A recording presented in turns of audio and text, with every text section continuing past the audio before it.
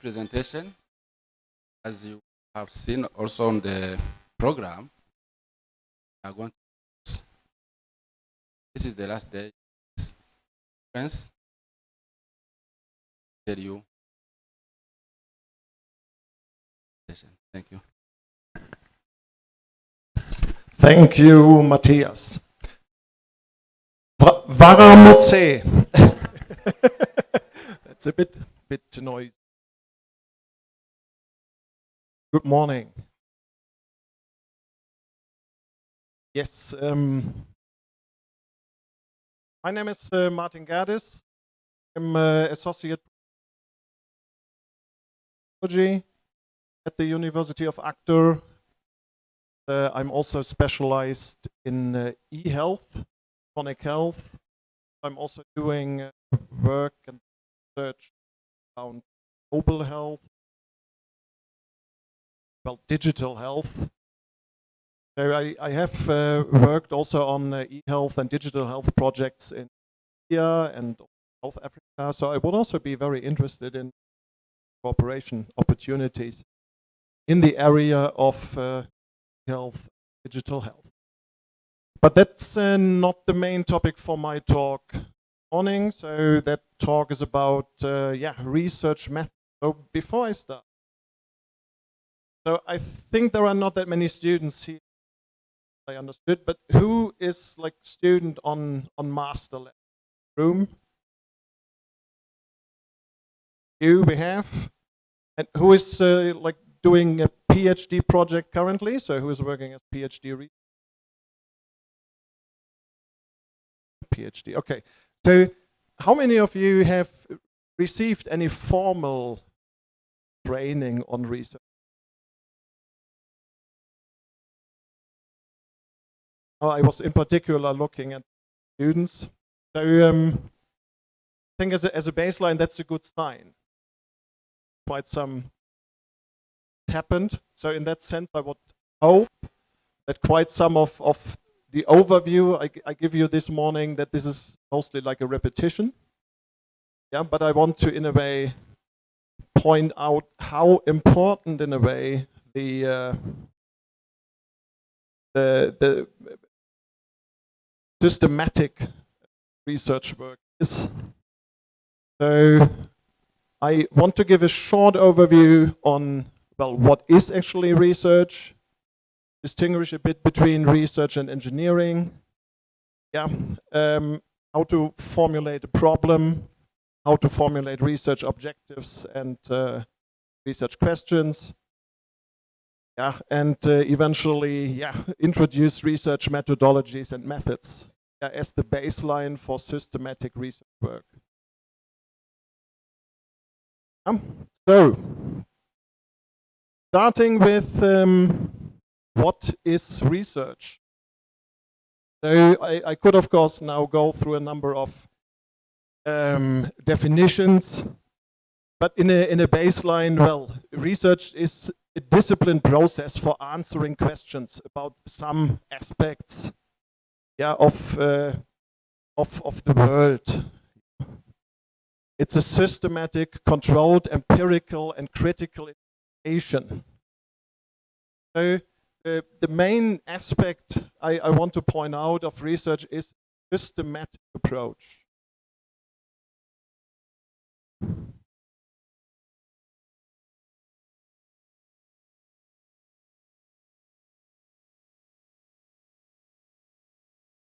Okay.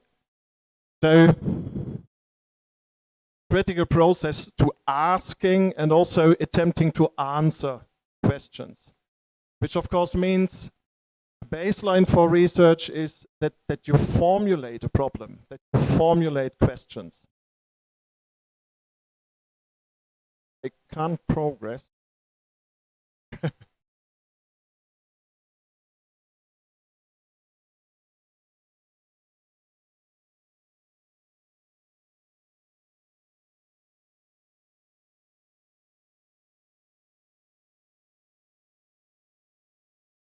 And also the replicability is very, very important, so that other researchers can also replicate your work, can come eventually to the same or perhaps to other results.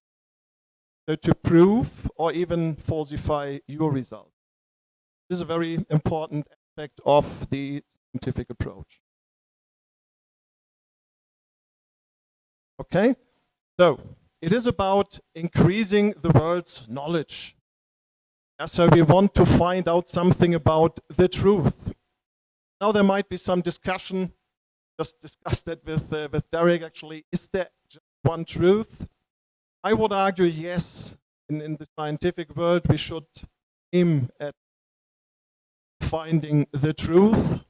Of course, I mean there might always different perspectives on that. So let's see it. What is not research in this sense?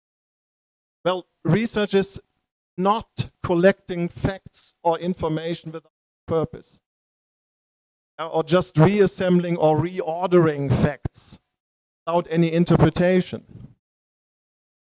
So research is something that people undertake in order to find things out in a systematic way. Yeah, and thereby increasing their and also innovation knowledge. Yeah, so some very fundamental characteristics. There is a clear purpose to find things out. That I hope you all basically have good, and this is also, I mean, basis of own research work. Data, in the research sense, data is collected systematically, data is interpreted systematically, and there is replicability. So what does find out and what does systematically mean or suggest in this sense? Yeah, so research is based on logical relationships and not just on beliefs. So they should also build on each other. Yeah, so to find out things suggests, well, to describe observations, yeah, to explain the findings, understand, criticize, analyze, replicate. A research should stand on the shoulders of others. So that basically means, well, you should always start with prior knowledge.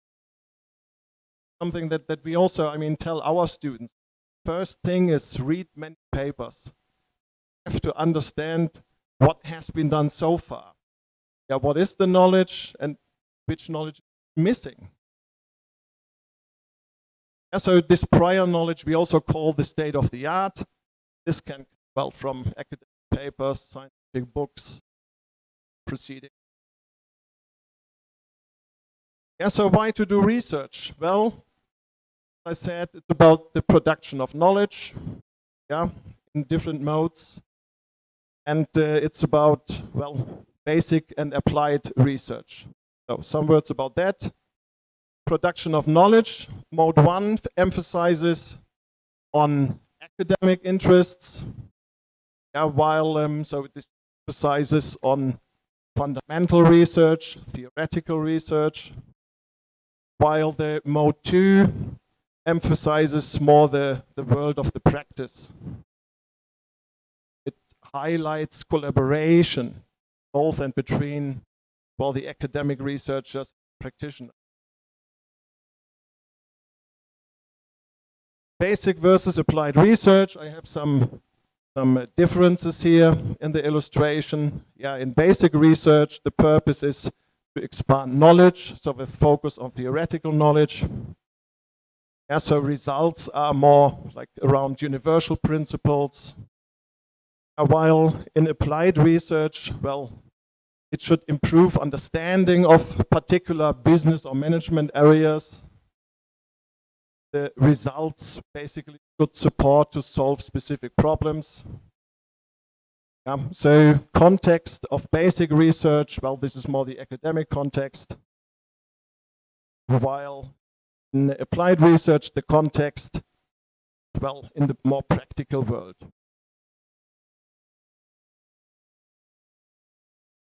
So now looking at a few different types of research. Yeah, and then starting actually with the fundamental terminology. Yeah, so the main term starting with is methodology. Yeah, this is the theory of how research should be undertaken. Yeah, and then we have the methods, and the methods in a way that are all the techniques and procedures in a way used to obtain and also analyze. So the methods are the toolbox, yeah, and the methodology is the overall process how to conduct the research. Yeah, and then we have different types, perhaps starting with research based on experiments. So as an example, from the early days, yeah, so looking at the liver, well, there was the observation, well, the liver continuously creates blood, which is used up by the body. The heart is where the soul lies. So this was very early theory. But then later on, well, there came up the theory, well, actually it's not the liver that creates blood. Yeah, the blood is relatively constant and the heart just pumps it. Yeah. And then there was the hypothesis, if the liver creates blood, the blood will go out to the body but not back. Yeah, and then there was an experiment. Yeah, when they tie up an arm, yeah, the body parts before the arm that swells up with blood, the body parts after get empty of the blood. Yeah, so there was a way to falsify in a way earlier theory that in a way the liver would continuously produce. So this is an example for experimental research. Then we have analytical research. So here as an example, research regarding, well, the number pi, yeah, so how to calculate.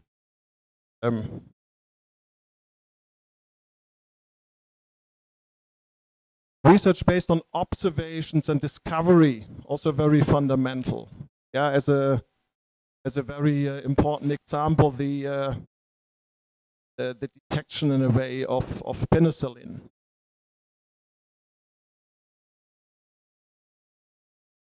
Then we have well, research types in computer science, and this is well, probably for most of you a very important area, and there we have mostly the behavioral sciences on the one side, and on the other side the design sciences.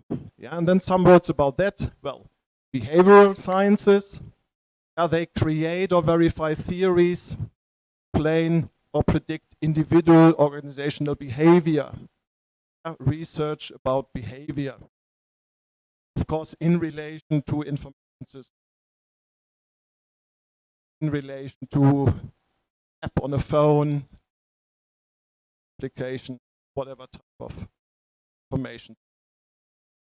And the subject of this research, of behavioral science research, is the interaction of people, technology, and organization. How do we work with computer applications? For goal also here is, well, is the truth to find out. Then on the other side, I mentioned design science. So design science is in a way defined as, well, the creation of artifacts that extend individual organizational capabilities. This is about designing things, information systems in our context. So this includes analysis, design, implementation, test, and evaluation of information. Yeah, so the goal here is products or processes, so implemented in systems. In academia, we only in a way look at archetypes. So the purpose to test or evaluate certain concepts. So we talk about the proof of concept prototype. Yes, so in academia, we do not look at commercial products. So examples for these archetypes, well, are prototypes, like technology readiness level. It can also be algorithms, models, applications. So then looking, well, a few questions for you that you probably easily can answer. So what type of sciences? So making an app that helps people from a cruise ship. What type of science would be behind? Idea? That would be designed. Making an app that helps people to, yes. So then an algorithm that checks to what extent a text is describing an image. What would that be? Design science. The example, so information on whether or which or how many municipalities in Norway have their budget online.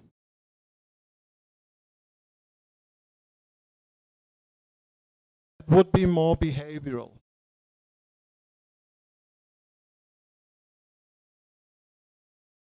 Okay, so then next aspect, science versus engineering.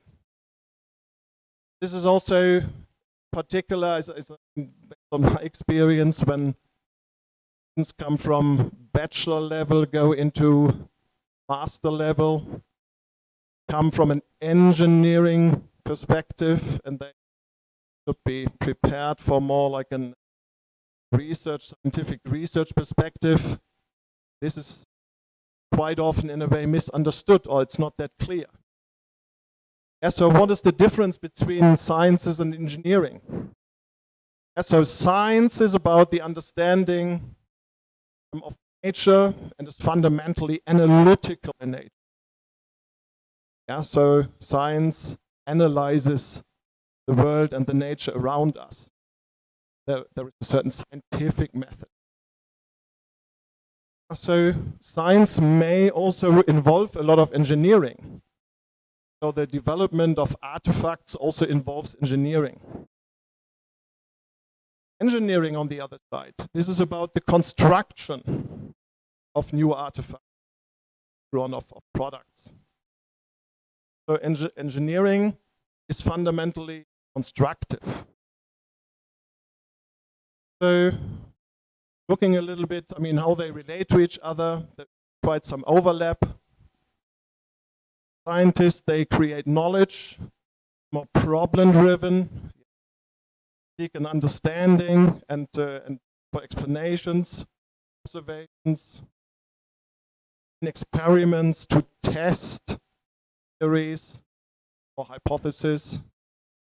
Engineers, they are also problem-driven.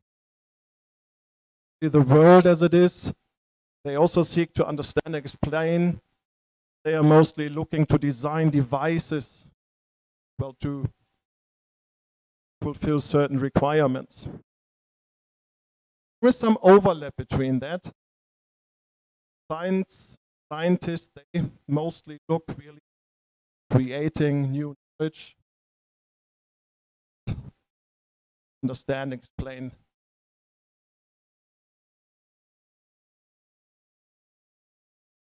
So then, looking into scientific methods. So,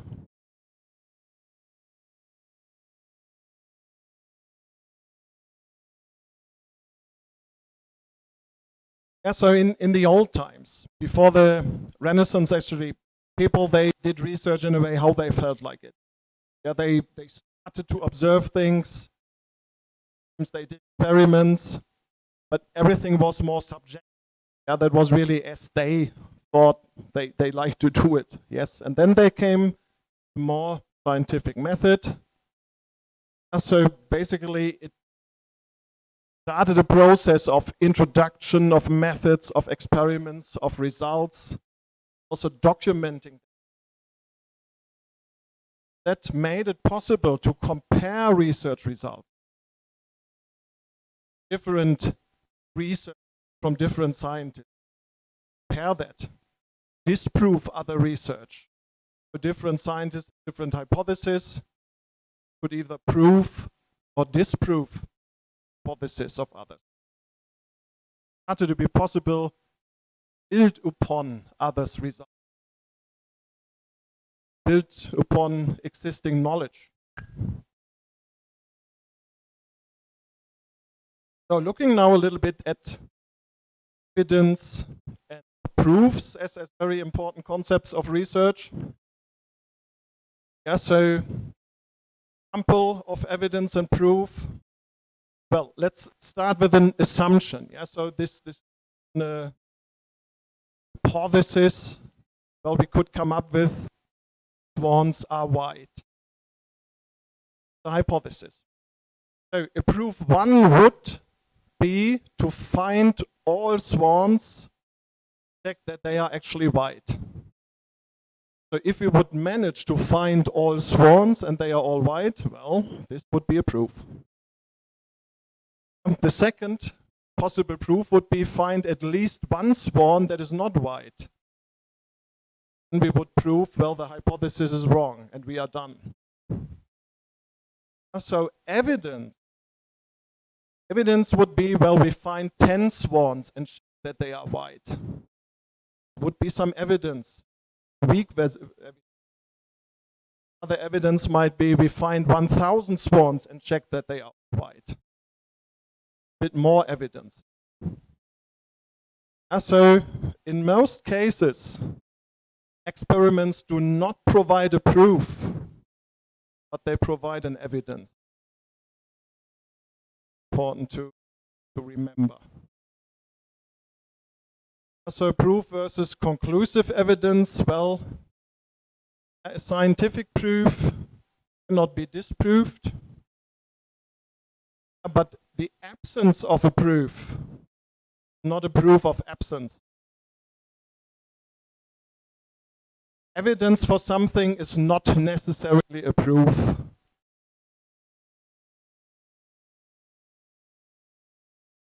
Now again, a few questions for you. Like, is this evidence or is it proof? Starting with the first one. Chocolate is healthy based on statistics that people who eat chocolate live longer. What is that? It's not proof. It is, well, there might be some evidence. So, because it's based on statistics. Gravity is weaker on the moon based on that we actually went there, dropped objects, or that were on the ground, to the ground. What is that?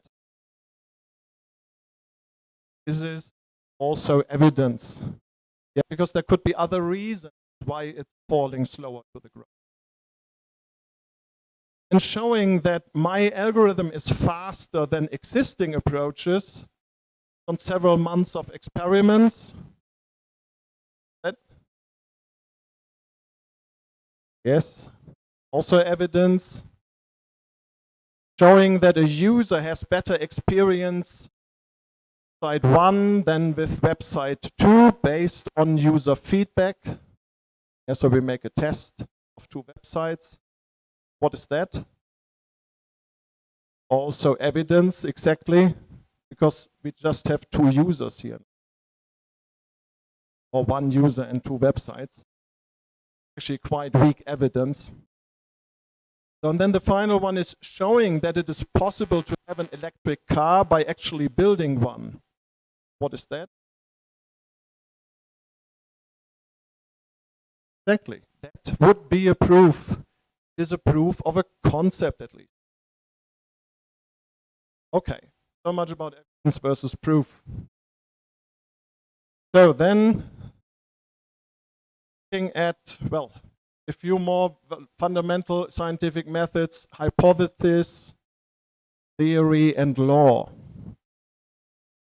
So, hypothesis. Basically, hypothesis is a statement that is true under some given condition. So, for example, if you smoke, it is bad for your health. As such, that is not measurable. Yeah, but there would be a consequence from that hypothesis. So that would be that people who smoke die younger. That is actually measurable.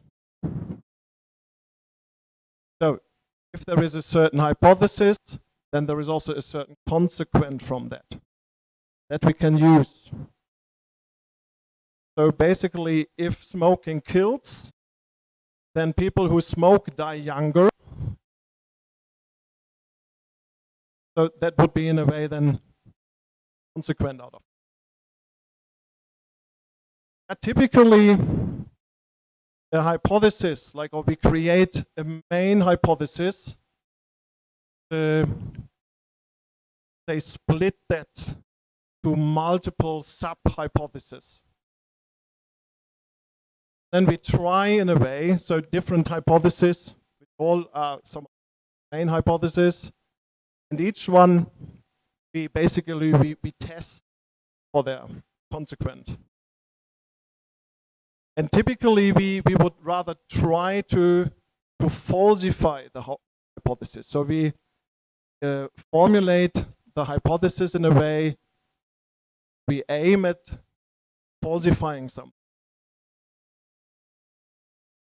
So as soon as one or any of these sub-hypotheses would be in a way disproven, also our main theory or main hypothesis would be disproven. It's a quite important concept, working with a hypothesis. Yeah, theory, well, a theory in science is a well-substantiated, unified explanation for a set of already verified hypotheses. So we have number of sub-hypotheses which relate to a main theory, are all in a way proven. So we can build a theory on top of that. Theory is the best known till today. Not necessarily the truth, it's just the best known truth. That is important. Yeah, a theory often starts with a hypothesis, and then scientists will attempt to disprove this. Yeah, if it survives, well, it becomes a stronger theory. Theory can be strong or weak depending on the number of proven or disproven hypotheses to it. Then looking at a law. A law is a theory that is detailed or formally described. Typically using a match, for example, gravity, well formulated as the law of gravity, F equals m. Or few common misconceptions. Since the theory is not proven with conclusive evidence, it is not the truth. Well, actually, in science, the theory is always the best known truth. And actually, in fact, very few things in the world are really proven. Doesn't mean that they are not true, because they are proven. But just because something is not proven does not mean that scientific explanation for it. Yeah, gravity, the evolutional process, the Big Bang theory, relativity, all that is not really proven. That's just, we made theories based on the observations, and so far they have not been falsified. It is the best known truth we have until today to explain that. A few words about, well, how to set up experiments. Experiments should always confirm or refuse your hypothesis. So that's how you would experiment, how you would design in a way the data you. That should be representative.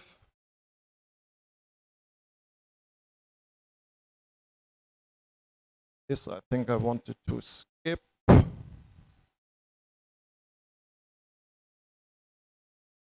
But I want to now to ask you a few more questions. So what is a hypothesis? What is a theory? What is a law?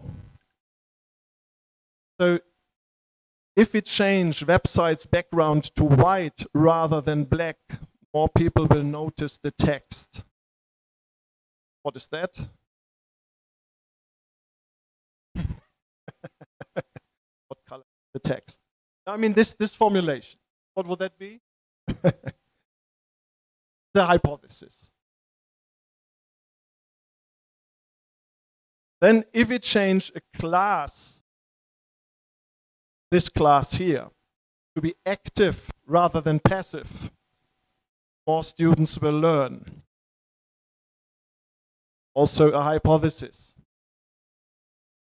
Then saying active students learn more than passive students. What would that be? Would be a theory, exactly. So if it gives some unified explanation for a set of verified hypotheses. So for example, students learn more than passive students could already be based hypothesis. Yeah, if you change the class to be active rather than passive, more students will learn.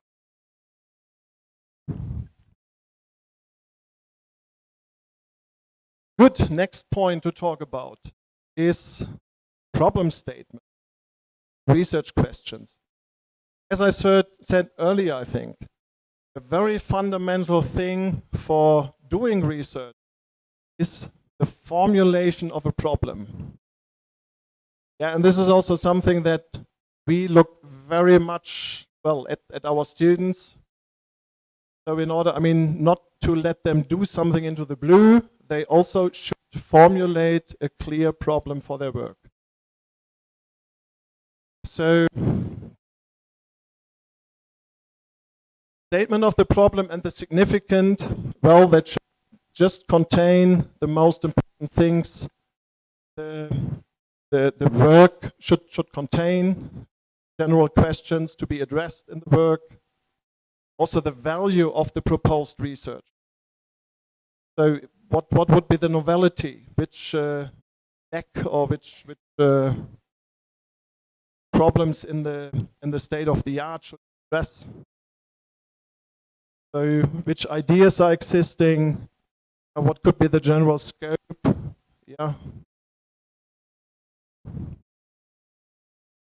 The problem statement should start with the big picture of the proposed project. Yeah, it should motivate the research. What are the faced problems? Yeah, what are the goals and aims? Yeah, what is the context? Which area in society, which area in industry is addressed? It should contain briefly the research plans. Yeah, how should the answers be approached? Also, I mean, what would be the value? What is the expected contribution of this research? Then the next thing is, as I mentioned before, do a review of the relevant literature. Read related state of the art. Yeah, make a case for importance of the research. So has there been any publication of your problem? The problem been solved? Do you have a new approach compared to other explained approaches? So give some background and context. And preferably use respected references. So we look at using scientific sources, not just great literature, not just websites. So quality is here more important than to use reference that are expected in the field, journals that are related really to this field and the context.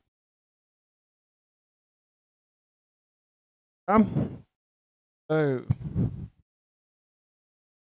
primary results, well, primary results can provide justification to the proposal. Yeah, it can give you credibility. So if you have, or if students have done like a related project earlier, or describe how their new project, their new research be built on top of that, that could give credibility. It can, in a way, help to establish and develop further competence. So then next, the overall aims of the research. Yeah, so in a way that should naturally follow from the literature or the literatures. So which are the open problems? What is open in the literature? Yeah, which knowledge is missing? They should be broad, general statements of the intent. Aims are relatively broad, general nature. Should explain the overall purpose of the research. Yeah, why doing this? What should be achieved? You could also, or students could also come up with a conceptual or model that is underlying the research. Yeah, jumping a bit over the details. And then the research narrowed down should be made more specific, looking at the objectives and hypotheses. Yeah, so objectives are more focused than the aims. And then very important, key attributes of objectives are, well, to be specific or significant, measurable, be attainable, appropriate, relevant and realistic, also be time-bound. You probably have heard about that.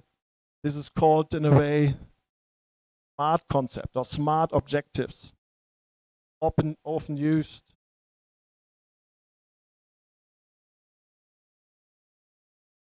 So from the objectives, usually the research questions should naturally follow.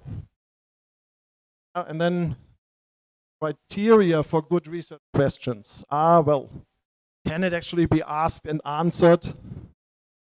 Is there an answer? Information be found to answer that? Can sources be found? Well, preferably English in the. Will there be experts? I mean, for the PhD researchers, will there be experts whose words and work will support this? Quite important also, I mean, really practical research. Are all terms in the question, are they clearly defined, understood by all in the field? Come up with any terms. Further criteria, well, is it worthwhile to answer that? Does it add to the discussion? Does it solve any existing problem? Is the topic focused? So that is something we see quite often in student projects. It's easy, very broad, and makes it more or less impossible to be done in real time. On the other side, is it broad enough to work on it for months? So isn't it trivial?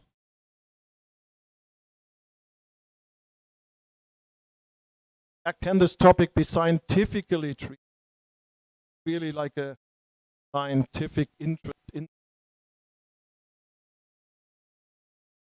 Does it somewhat, I mean, the question, does it also fit into the area of study, field of study? Also, does it avoid a purely hypothetical?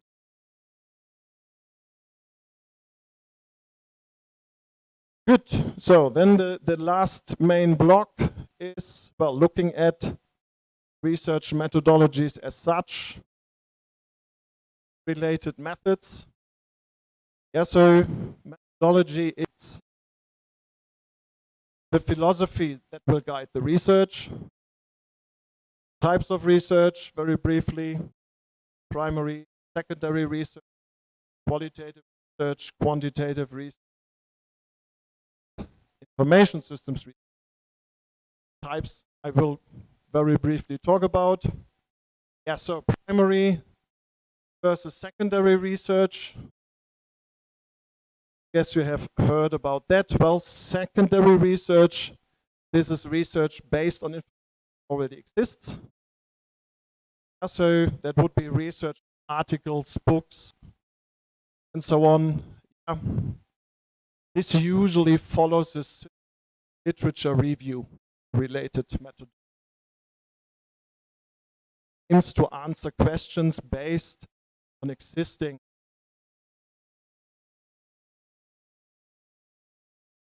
So then looking at primary research, well, this is your own contribution.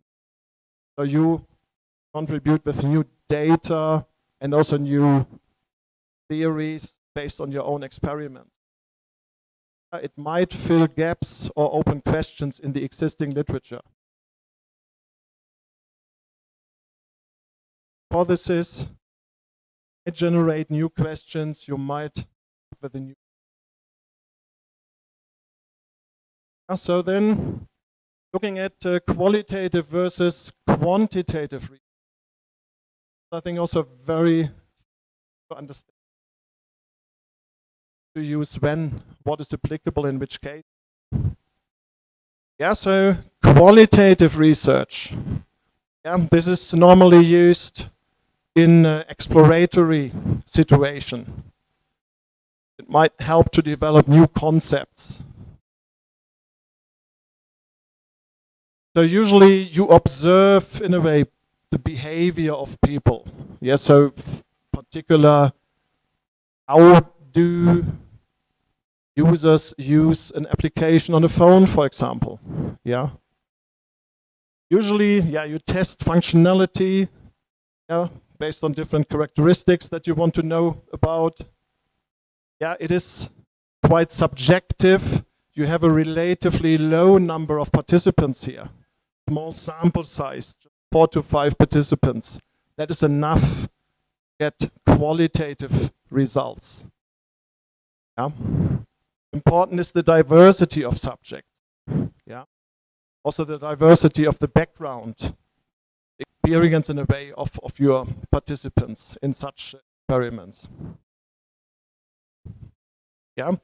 Quantitative research on the other side, well, this is usually used for measurements, for creation of big amount of data, yeah, which then can support the evaluation or performance testing.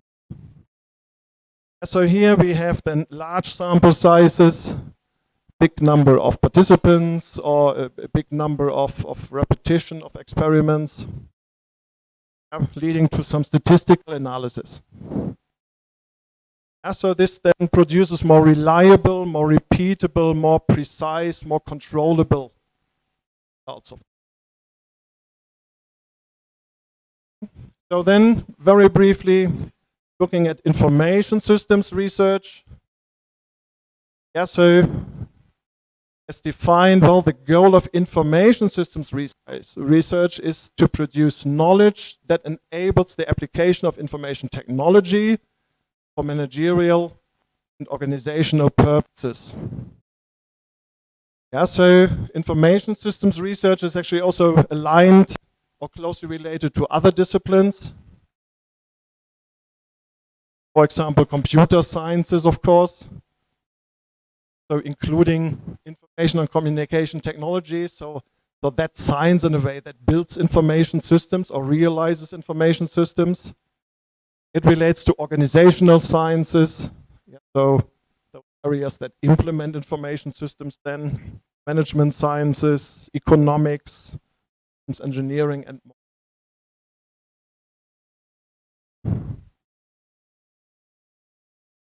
So a few insights. Looking at qualitative methods. So again, qualitative is relatively small sample sizes. What is quite often used is, well, focus groups, meaning the researcher builds a group of, well, 3, 4, 5 people, potentially experts, some discussion or interviews with them. Ethnography, well, big field for qualitative research that works with observations, measurements, questionnaires, interviews. I don't want to go too much into ethnography now. It's a big research field on its own. Focus groups, discussions. Yeah, it is used for idea generation or evaluation and getting feedback on a certain archetype, prototype application. Yeah, ethnography, very briefly. Yeah, this is the rigorous study of people's everyday lives. So it takes place with people in their natural settings, yeah, wherever they are. Home, in the office, in supermarket. Ethnography uses participant observation and interviews, capture and describe people's behavior, beliefs, and values. And then can look at, well, how different people use certain technology in their daily life. It can look at, well, how different social groups well, utilize certain technology, differences between, well, different national, cultural backgrounds. So now about gathering information, yeah, both for qualitative and quantitative research. Yeah, so doing observations, using participation of users, interviews, self-reporting. Looking a little bit at that observation, well, this is basically the researcher observes the participants in their environment and basically observes and data from that. Participant observation is asking the participants themselves on their more subjective experiences from the experiment. Yeah, so we ask the participants. There are certain risks with that, yeah. Certain bias potentially. So the participants might not fully understand really the experiment. Yeah, so you might get feedback that doesn't really help you to answer the question. Or there might be over-reporting in a way. Some words about interviews. It's a very important method in a way to get feedback on how users, for example, have experienced the use of your application. Use people to get information, cannot be observed. So, and to check in a way inferences made from observation. Yeah, so interviews. Don't know who of you has experience with making interviews. Is that something you make use of in your work? That much? Well, interviews that can be formal and pre-agreed or more informal and spontaneous. So you can, I mean, just out with your phone, you can show an application, something like an information application to people on the street and ask them, what do you think about that? Might that be useful? Yeah, and already that would be kind of an interview where you gather quick, spontaneous feedback. Yeah.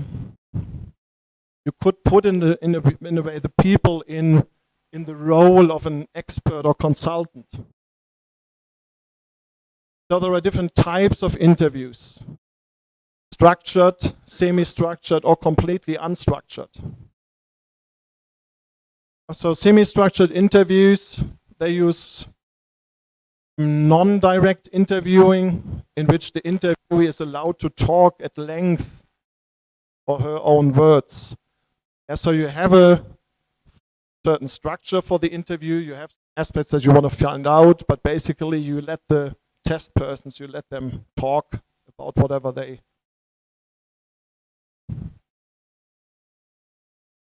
So direct questioning can create somewhat misleading results that you have to be aware of. One-to-one interviews are preferable here, yeah, compared to as a researcher you ask a whole group. Better ask one-to-one the test people. Yeah, sometimes interviewing a couple or a set of friends together might be appropriate. Yeah, so somehow to motivate the people to really speak up. Yeah, so then about self-reporting, also used quite a lot. Yeah, allow participants to collect data themselves. Yeah, so you might give a test application, some prototype you have developed, give that to your test user, use it over a week or a month longer. Yeah, and then you might give them some templates to report. Yeah, like making a diary, make some notes for self-observations, record perhaps something themselves. Quantitative usability study now. So imagine a certain web application or phone application app, yeah, that you want to test many people, yeah, like to gain quantitative results. Yeah, so for that, this is an example from what we have at the University of Agder in Norway. So we have a usability lab for that. Yeah, so a usability lab that might be a bit difficult to see now. Yeah, it has a central control room, yeah, from where the researcher controls the whole experiment. And in our case, we have two different test rooms. We can put the test persons, can conduct a systematic test of this application with different user groups. Yeah, and then we report that. We record that video, audio. Yeah, there can also be some observers in the control room. Yeah, and this is an established methodology or method for usability testing. We can then repeat and analyze systematically. Yeah, this is an image of our lab environment. What we also have is a housing simulator or living lab. So for that we have two different flats, test flats. So here we can test digital technology, yeah, in a way in the test person's daily life environment. Yeah, again here we can observe everything, so we can record everything on video and repeat that with multiple test persons and evaluate that, analyze and evaluate that afterwards. Yeah, also here some photos.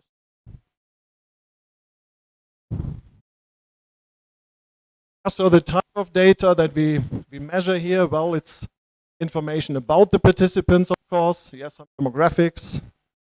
Yeah. Results from the experiments. Yeah, some intervals, ratios. What is quite important, so we had interviews before. What we also use a lot in these types of experiments, questionnaires. Yeah, and questionnaires are a common approach for recording, in a way, information, again, about rural aspects. So it can also be done in a face-to-face way. So you can questionnaire in a kind of interview. You can do it via phone. You can do it via email and via website. So this is actually also something we let our students do quite often. Yeah, we have an online tool where they can prepare online questionnaires, which can then send to a big multitude of participants. Also with easy a few examples, or let's say with some rules. Yeah, questionnaires, well, the number of questions should be low.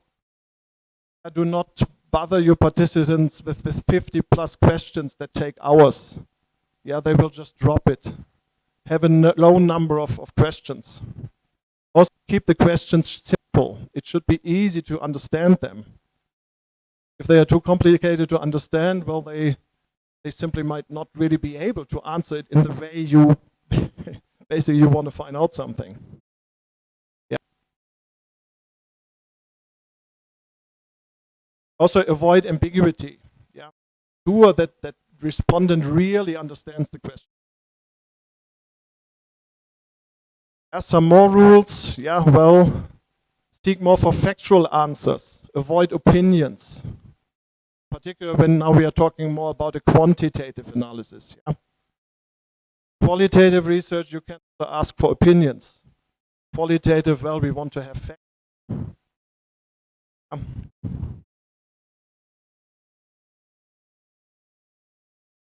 Okay.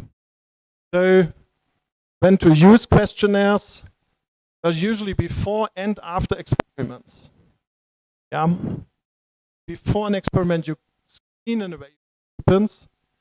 You ask them also for some demographic questions, yeah, basic information about the participants, and then you have a post-study questionnaire. You ask the main questions about, I mean, their experience with your prototype. So there we how the study on. Yeah, so I don't know how many of you know Likert scale. Likert scale. Well, this is a way. Yeah. Now the basic way of providing different, well, is a scale of 1 to 4, 1 to 5, 1 to 6 different answers. Yeah. Which then is the baseline later on, well, to create also a score. Yeah. Yeah, so it allows to rate something on a scale of 1 to 4 or something else ranging from strongly agree or I liked it very much to, well, I strongly disagree or didn't work at all, for example.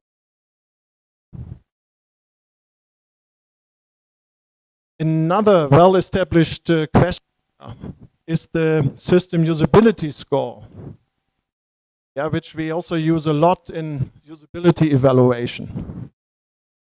Yeah, this is it's a questionnaire based on 10 questions.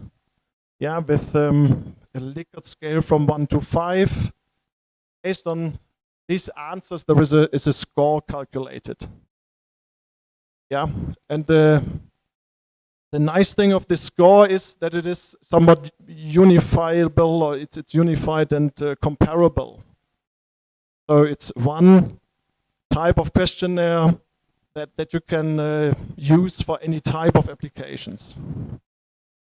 Yeah, so the idea is you repeat this experiment with multiple users, of course. They all get these 10 questions, they answer that, and you get a certain score between basically 1 and 100. Yeah. And then this score, this system provides you with an evaluation of that. Yeah. So if the score that comes out of that system, usability test is like below 50, well, it's actually not really acceptable. Yeah, between 50 and 70, it is okay, somewhat, and just above 70, it's good, acceptable, and good. So this is, I mean, one recommended way also to conduct usability. Yeah, for example, to compare applications on a phone. Yeah, so for the analysis of, well, now quantitative results, yeah, tools like Excel can be used, or statistical package for social scientists. This is for scientific and statistics evaluation. Yeah, and the last part basically is looking at the information systems research discipline. Yeah, so there we have, well, basically we have behavioral science and design sciences, yeah, that I mentioned earlier. Yeah, the behavioral sciences develops and verifies theory explaining and predicting human behavior. Yeah, and that is then combined in a way with the design science research, creates and applies new innovative artifacts. So in design science, we create then our artifacts and evaluate them. And we combine that with the behavioral science where we analyze the usability, for example, of these artifacts.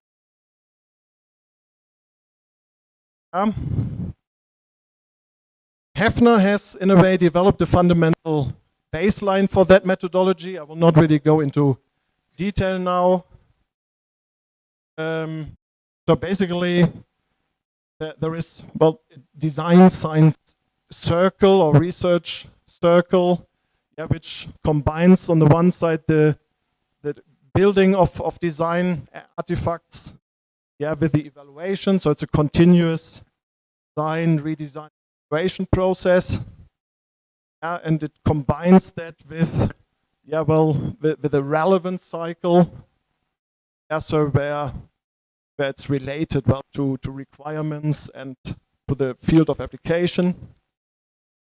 Yeah, so relation in a way to the real world is created in this cycle. Yeah, that's where in a way the requirements come from, and where also the evaluation in the application takes place. Yeah, and on the other side we have then the relation into the knowledge base. Yeah, so this is where we feed in a way the findings from this into the knowledge base. Yeah, so this is the theory about design science.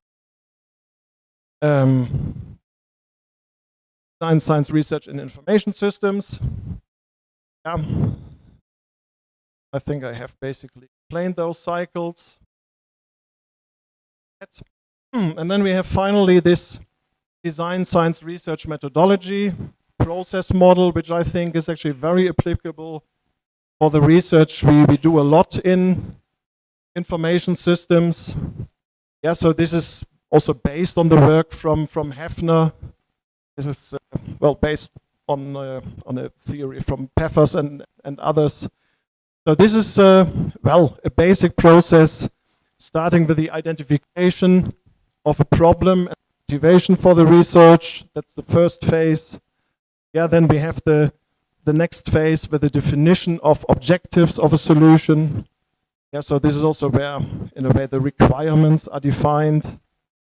Yeah, then we have the phase of design and development of the artifact.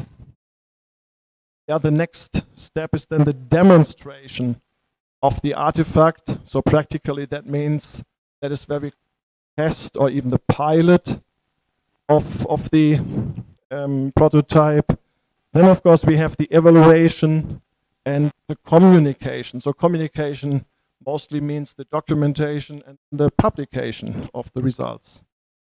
So this is, I think, a very fundamental methodology for most of our work, in a way, designing and evaluating prototype.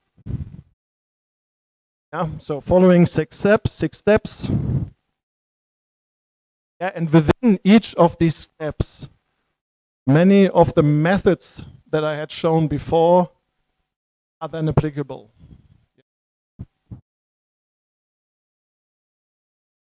So for example, very briefly, in the design and development phase, well, there it's where we create an artifact. Yeah, so an artifact, a prototype, usually, well, is a construct, a model, a method of certain algorithms.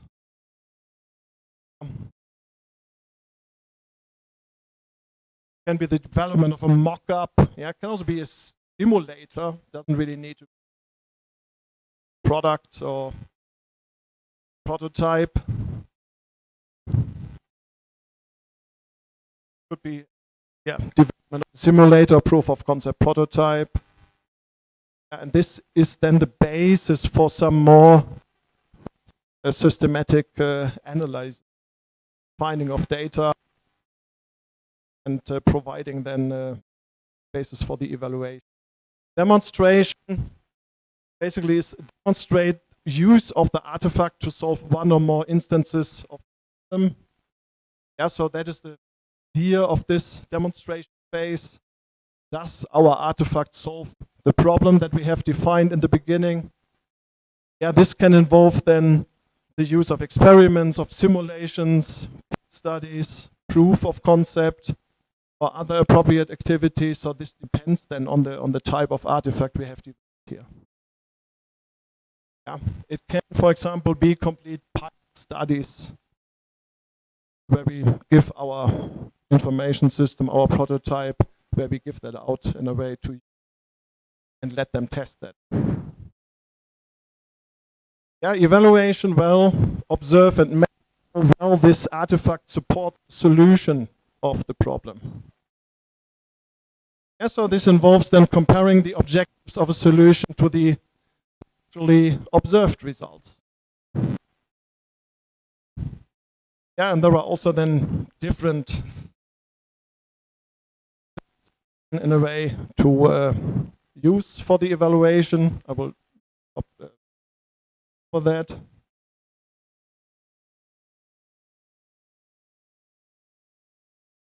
So finally, I wanted to say a few words about interdisciplinary, multidisciplinary, transdisciplinary research, as this is, I think, also understood to be very important future research. I do that at the example of e-health because this is a bit of research. So, but this also applies to other areas, of course, just to make that clear. So e-health is defined as the use of information and communication technologies, ICT, for health. This is the definition by the World Health Organization. So that already shows that it needs cooperation between computer science specialists, yeah, so experts from the ICT field, and healthcare practitioners. So this is by definition, this is a field that needs interdisciplinary or transdisciplinary or multidisciplinary cooperation. Yeah, and I show you here an example. Well, that might not be that easy to see from the back, but the idea here is we look at the telehealth system, so a system that remotely monitors patients or perhaps attaches remote villages to the healthcare system. Yeah, so we have a point of care, we have a healthcare infrastructure, and also we have the healthcare practitioners. And in the development of such a solution, we need experts. Yeah, so we know those that know about system architectures, that can simply develop technical solutions for such an distributed case.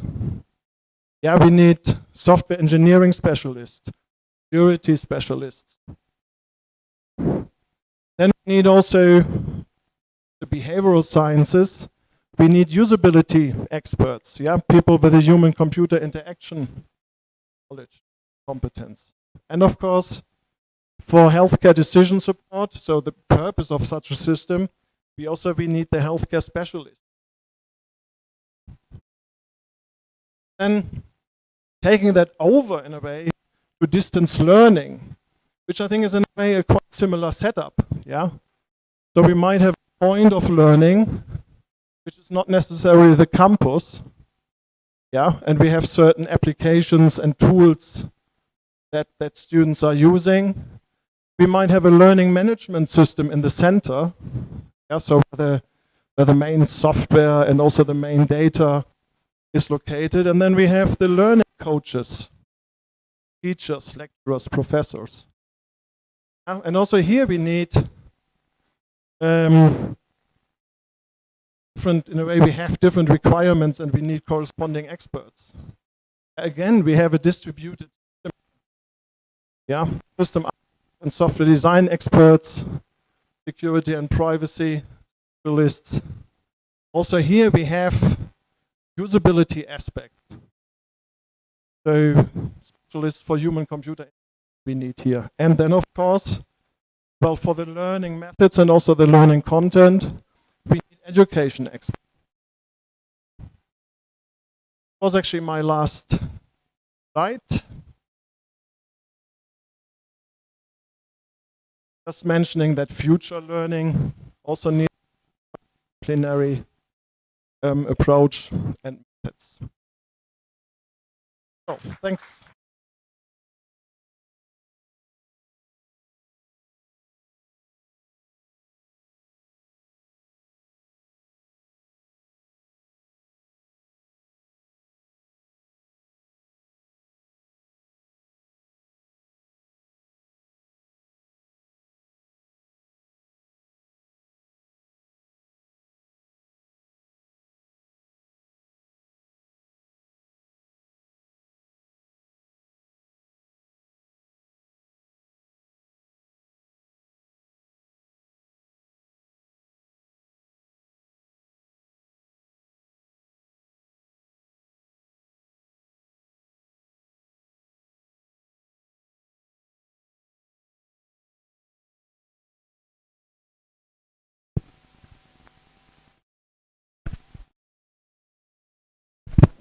Yeah, thank you, Martin, for this good presentation. We have learned morning at the beginning. Whenever you have someone teaching, you are earning something. Even if someone is telling you what you have heard before, always you are getting something new. So thank you for input. I like this last the assertion or it an hypothesis.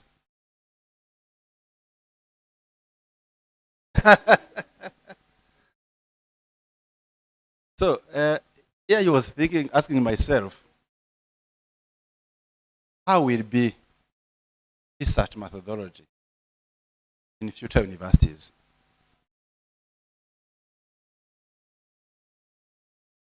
Are we going to consider all these steps that you have mentioned in your presentation?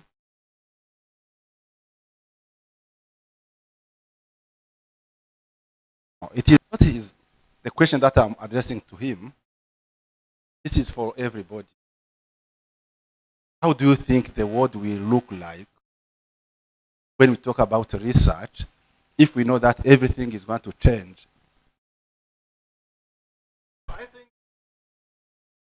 I think that there are fundamental methods of, or let's say rules and methods in science that we have to agree also in future. So when it comes to fundamental way how we aim in a way to find data about the truth.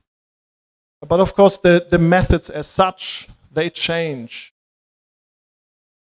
So there will be new methods and there might also be in a way new methodologies, but we have to in a way agree, I think, on the fundamental set to say, to still make our results in a way comparable, to make them replicable, to to avoid that certain findings just become episodes. So I guess you know in a way what episodes are in science. So this is like if you make one experiment, you have results from one experiment, and you say, well, this is now my basis for theory. But in fact, this is in a way just an episode.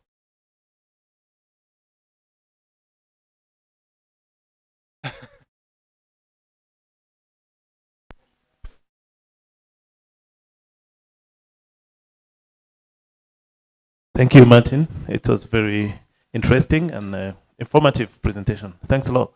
Yeah, I just want to ask a question about the statement on the screen. Future learning needs multidisciplinary approaches and methods. Question number one, is that true? Question number two, has it been scientifically proven? Question number three, how can that be substantiated? Thank you. So The first question was if it's true. Well, it's the best known truth until today. Second was if it is proven, scientifically proven. No.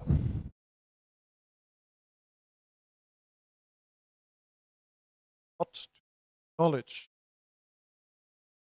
It has to be proven.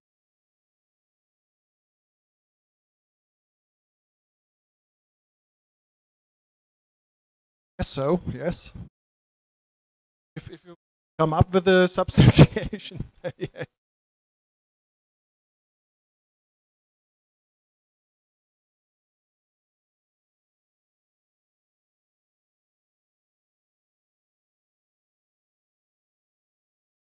I mean, it's in a way, it is a perspective into the future.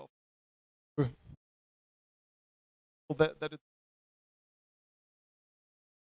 looking in the future is always a bit typically. Derek might.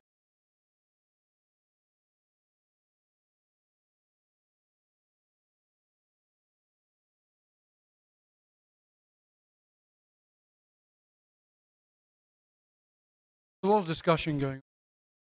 If you want to check out Ravit's work from because there's a changing so dramatic so fast. One of the things about the way not taking establishing that disregard the post-normal science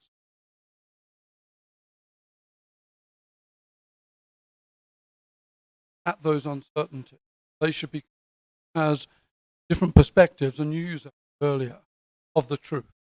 That therefore we do not thoroughly stand with the fact that we have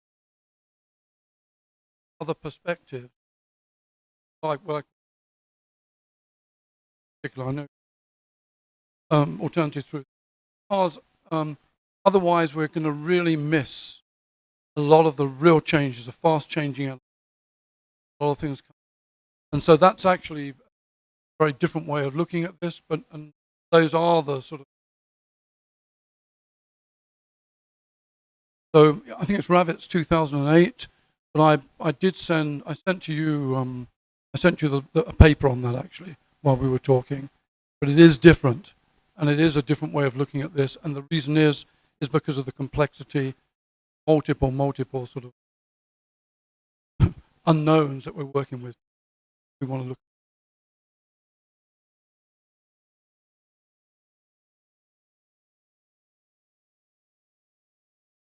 It's just a hypothetical question, Martin. So currently it is the humans who are doing the research. Imagine we ask an artificial intelligence, please give us the theory of gravitation. And it runs for 3 years, but then it comes up with a wonderful theory. Our problem is we don't understand it anymore. So it's not replicable from our side. So what do we do? Because the thing, it works. We tested the theory, it works. We prove it works, but no more idea how it works. I mean, in my terms, this would just in a way be another method. Yeah, to come up with some data, and it would still be up to us to interpret it, analyze it, and explain it. And if our explanation still, I mean, based on whatever data comes from the AI, still finds out, oh yes, okay, yes, this theory makes sense, yes. So we would have another method to come to results. And that could, of course, also be in a way valid for new theories. But I would still say, I mean, this is, if it's a new methodology or new method, but it should still fall under the same basic rules of how research is conducted, how science is conducted. Not, I would say to some degree they must not. I think they must not. Fundamental rules of how we conduct science.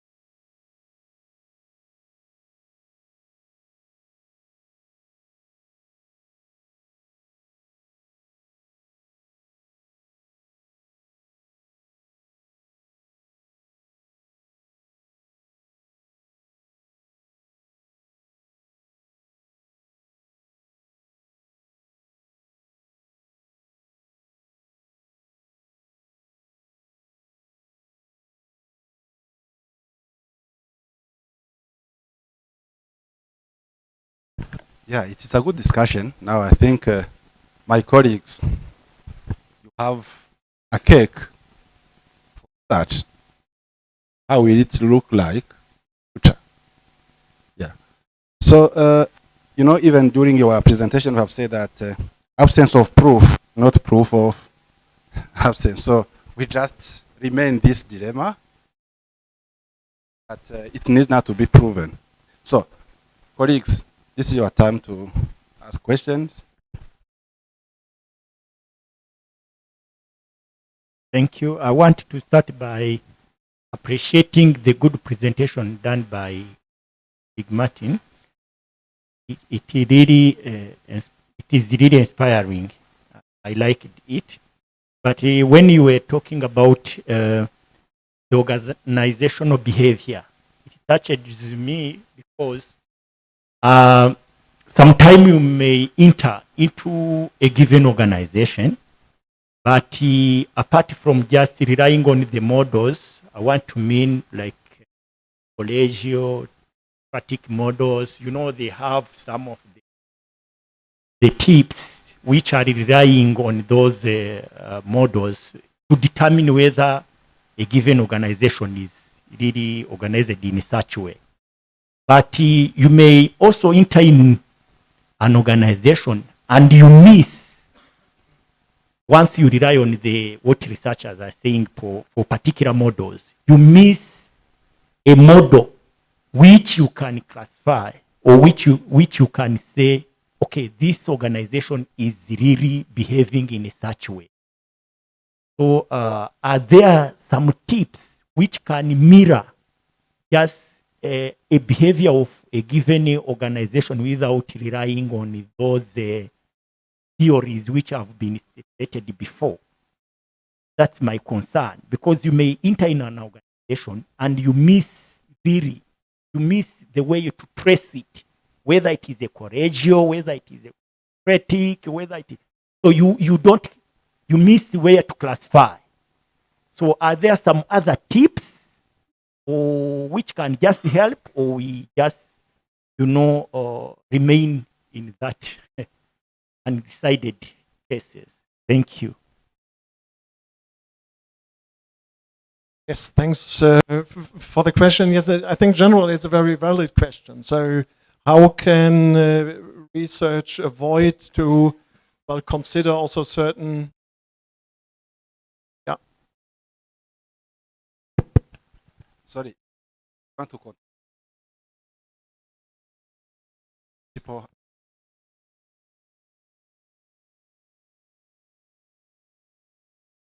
Okay, so good morning once again.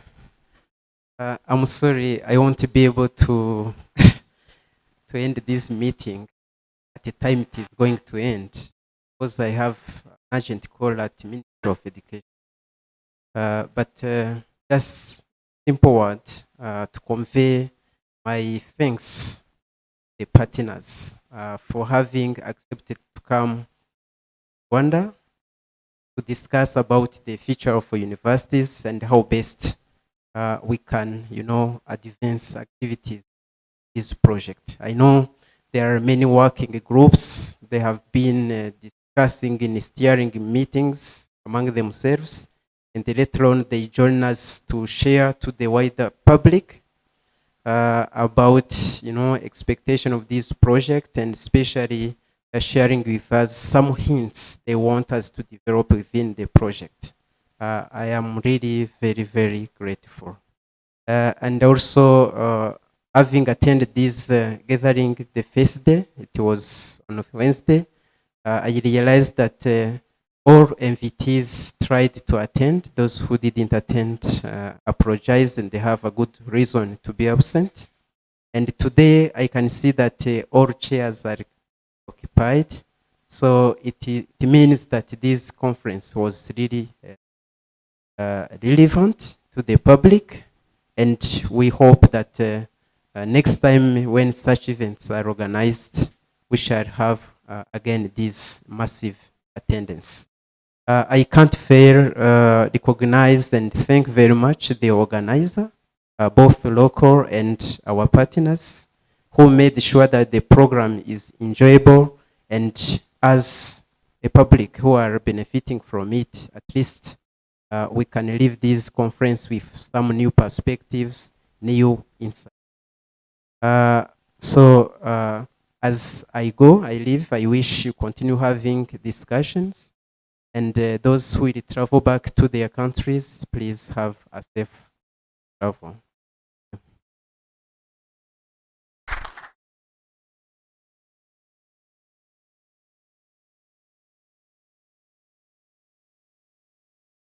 Thank you, Principal. Continue now.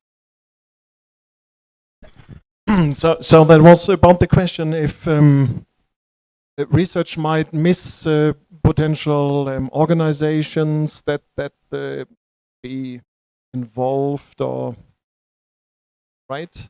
Or do you want to rephrase it, the question? I want to say, like, when you example,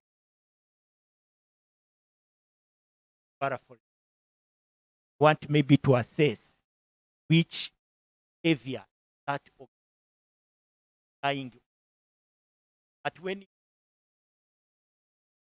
on the theories, like, are they using maybe Correggio model, like autocratic model? Find that those models are not applied, but yet an organization is learning. So, but don't really know how to determine its behavior. So I was like asking, are there some other tips which can be used in? Yes, no, I think it is very important that for this type of organizational research, in a way, you involve all those stakeholders that have an impact on for example, a certain system or the way of learning, on future learning. So in all research, you have to think who are the stakeholders in that, and you have to involve them to get their needs. So part of, if you think about this design science methodology, so part of the assessment of requirements, you need to involve all your stakeholders and get their requirements into it, systematic.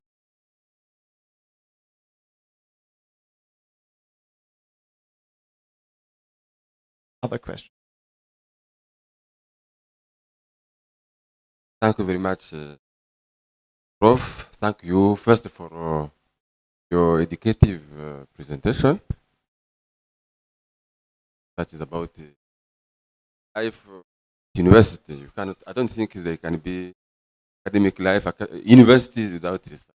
So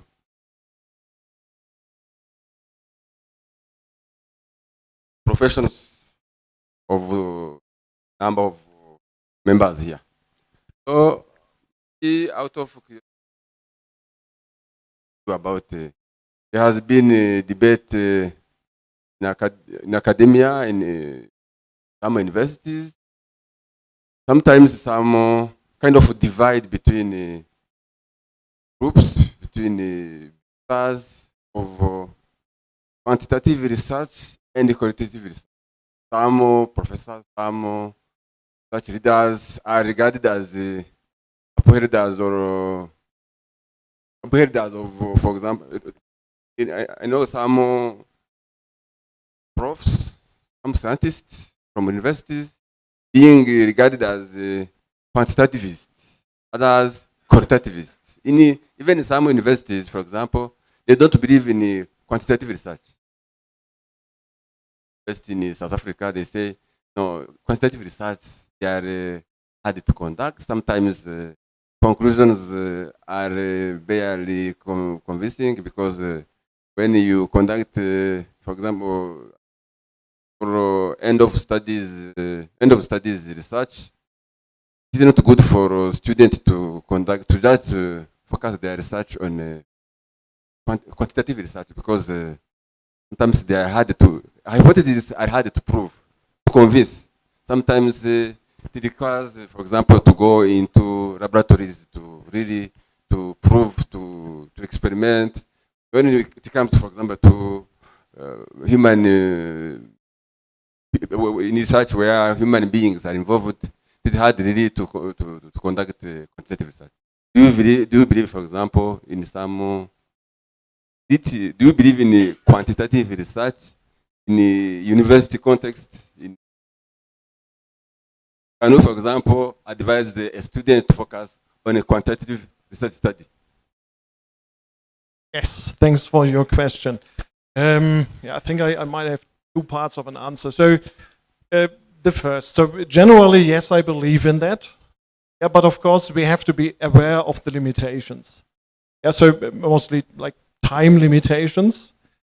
So I would really recommend that also students learn about quantitative research, so they also conduct that systematically correctly. But they get, and this then goes back to my, I think, quite early recommendation, really make a very clear problem statement and specific like research questions. They should narrow their scope so that also their quantitative research fits into their project, so that they can also, in a way, collect data in an amount that is necessary for their question. So yes, I believe in that, and I also think it is possible, but the supervisors have also to support them to make the problem focused enough so that it is really doable. The other part of the question, or of the answer, is that we also, we at least at OER, we have the concept of involving also students in bigger research projects. So that means we also make, one side we utilize also the capacity and the competence of students in bigger research projects. Yeah, and on the other side, we give students in a way the learning opportunity to be involved in big research projects. And as part of that, can also then carry out certain parts out of a bigger project, which can also be some quantitative study or quantitative analysis. So particular, I think, in artificial intelligence project that already takes place a lot. So in a way, students get data for development of certain artificial intelligence algorithms, conduct in a way also quantitative research. I hope that somewhat answers.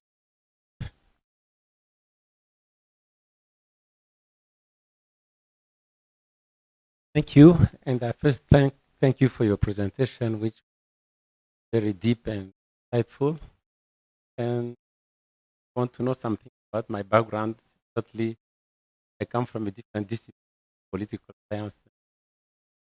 But I was interested to see that my colleagues from science, for instance, have the same problems I'm trying to struggle with. I'm writing a PhD thesis on democracy in Rwanda, but with the focus of democracy as an idea. The people have tried to make me change my topic, to look into the experiments, to look into the artifacts. My interest is rather in the idea of democracy, the discourse problem, because there is also a competition that way. But my question is, my wish is, when you were trying to trace the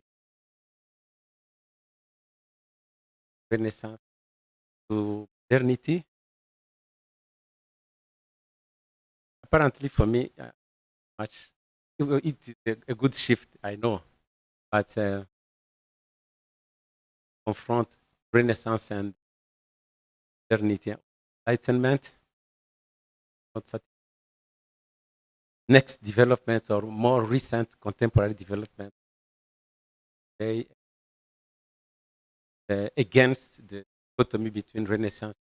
There is something of Renaissance we capture more than the people from the Enlightenment did. From Africa, more comfortable going beyond the mere confrontation, Renaissance and Enlightenment. Next lecture, if you add more next development would be great, because the stuff you have been describing, input from methodology, recent contemporary development, enlightenment thing. Yes, thanks a lot for your comments. So I think this is, of course, absolutely valid, and I just would have to make a disclaimer. So one is, well, this was now about, I think, 1 hour, and usually I run a course about that. So like a course in our master's program, and also that course actually focuses mostly on the needs of the engineering students. So like within 1 hour, I could probably not really present the whole history of research methodologies. But in general, you are right, of course. There is a broader perspective of methods. And also, I mean, as Derek mentioned, if we now look at future studies, there are also in a way new methodologies considered when we look ahead. Yeah, so thanks for the comment.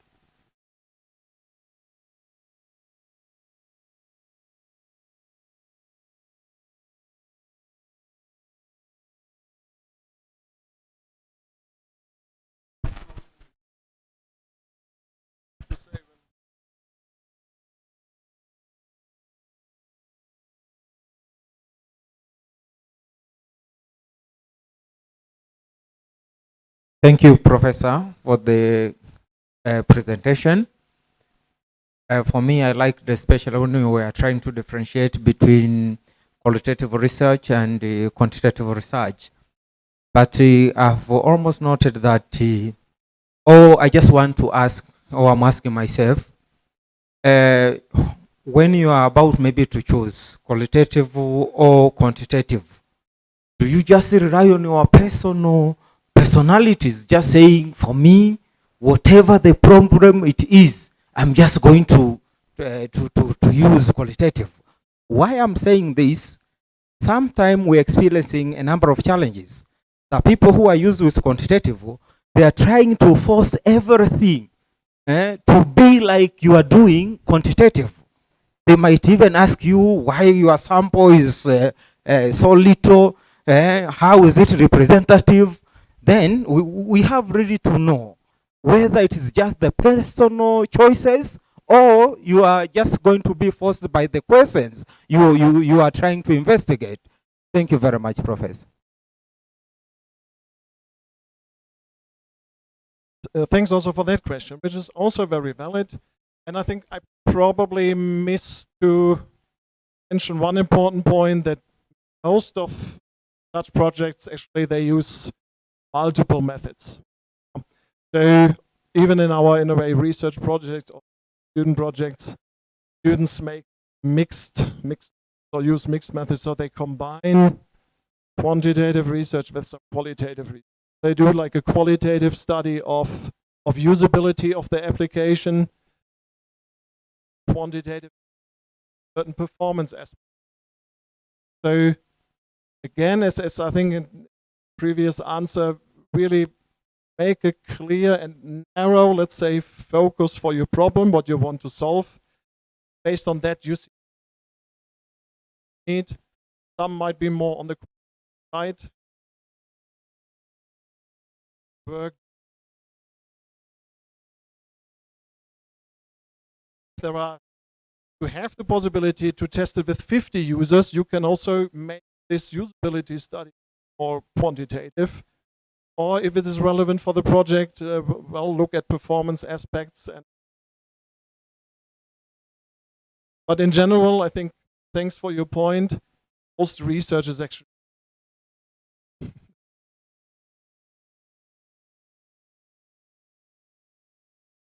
Thank you. I base my question on the question raised by this man here. Is it possible to find pure quantitative method research or a pure qualitative method. Sometimes when they say we have used qualitative methods, we find a ground to say that it is somehow mixed research. So which features can we allow us to call it a mixed method? I mean, a mixed research. Or how best can we combine the two? I mean, the qualitative and quantitative. First, to do a very good mixed research. Thank you.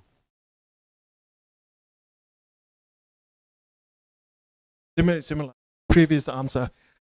Yes, you can have purely quantitative and also purely qualitative research problems. If you formulate them very narrow, then you might come up with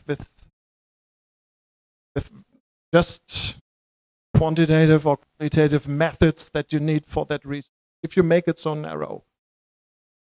But usually it might not be interesting, really, not really relevant to make it so narrow that it is purely quantitatively.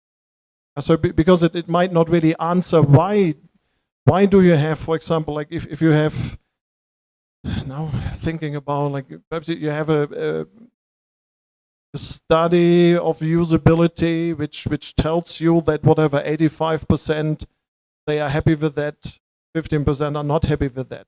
So that would be quantitatively. So you could do like a quantitative measurement or test, come up with a quantitative result, but you would not know why. Yeah, what is really the problem behind that? So you would combine that with a more qualitative analysis. What are now the factors that it's usable or not? So usually you would, in a way, combine, come up with an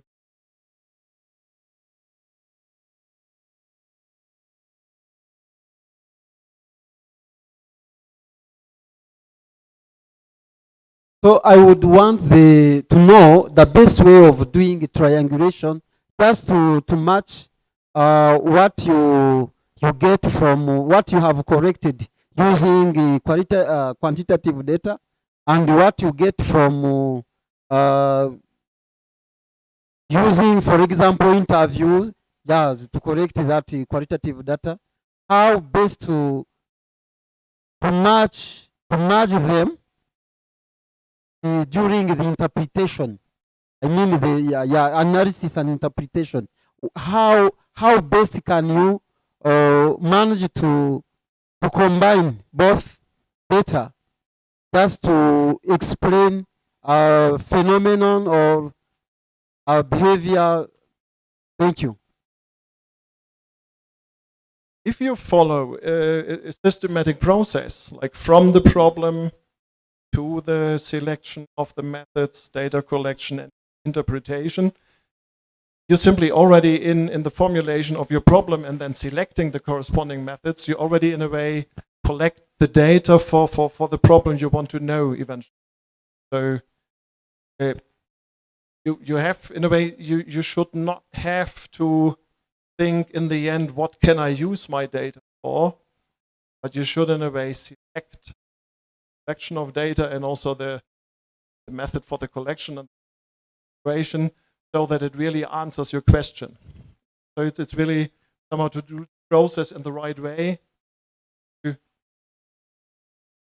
knowingly that you systematically use the right method for your problem.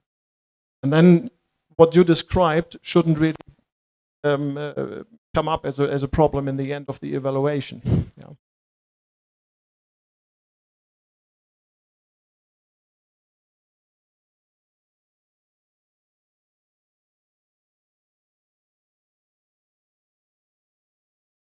Thank you. I had a clarification.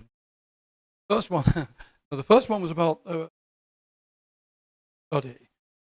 Research early should from within the language.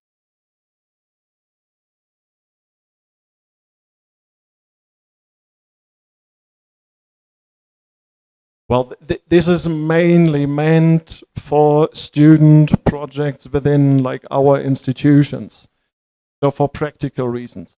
But for general global sciences, of course not. Yeah, for global sciences, of course, the whole knowledge should be considered, and we should not really limit on one or two languages. But this was mainly for the practical reasons, to make it doable by the students. Yeah, that's really important because it would include Chinese, for example, by far the most progressive, where we look. Second thing was on the issue, and then maybe this is social science, computer sciences, maybe a question. But let's say, I wonder where you place books and blogs actually are from lecturers and academics, not written academic work. So if you take someone like Howard Rheingold, okay, developed the concept of smart mobs, developed the concepts of interest, which changed the whole structure of the way we did things, but they were not written academic or papers, they're both books. Or someone like Clay Shirky, foremost authority say on social, anything social. His blogs primarily all the ways we change. So I wonder to 2008 scientific paper. Well, strictly speaking, I would have to place that in grey literature because it's not peer approved. So that is, I think, a very fundamental principle in science, that scientific articles are peer read, peer approved. This is, and grey literature isn't.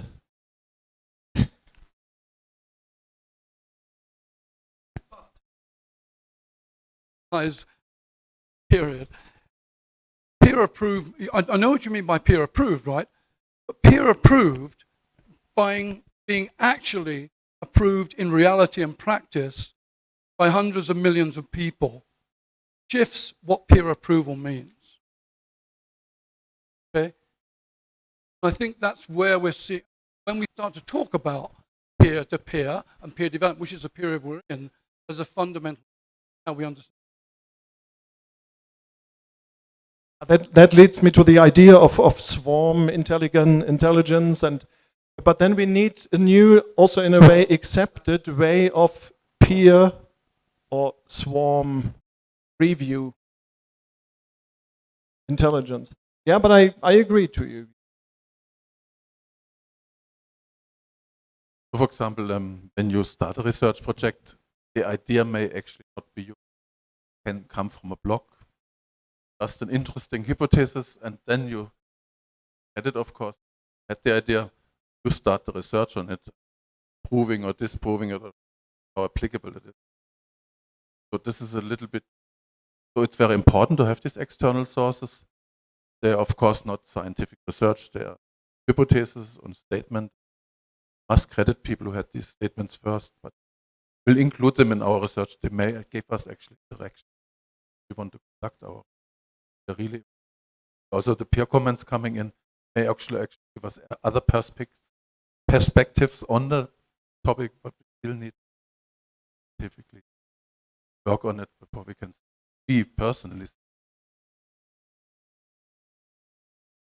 Thanks a lot for and comments. No reason to be sorry. But I think we can probably not completely solve that here. But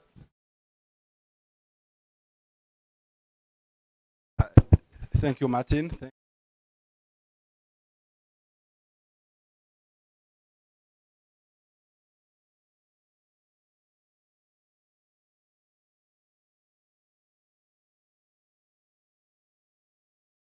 They're equal.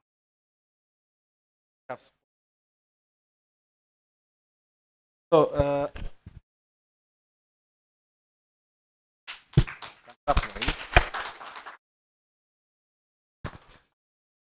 looking at my watch, it is 12. Because this not too late. Before we closing this conference, is an idea that I got from his presentation. He has talked about basic and applied research. Here we are talking about disciplinary. So for me, I have this idea. You can share it with me, you can accept it or not. We need to think about applied research, where different colleges, different disciplines, they have one research. Here I mean, for example, we can share a research with people from School of ICT, School of Education, the School of Medicine. Yes, and this will be an applied research, and it will help now the country to develop, even the economic to develop. Of course, even the basic are necessary. Let us think about this as researchers, because it can help now the country to get more growth. Thank you very much. Yeah, Professor Frank, I think heading to the closing. I want to give closing remarks. Yeah.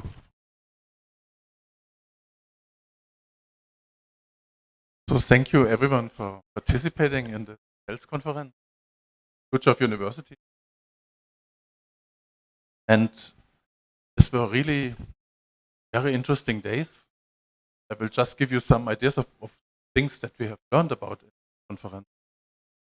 So the University of Rwanda and the Makerere University actually presented their activities on open distance e-learning.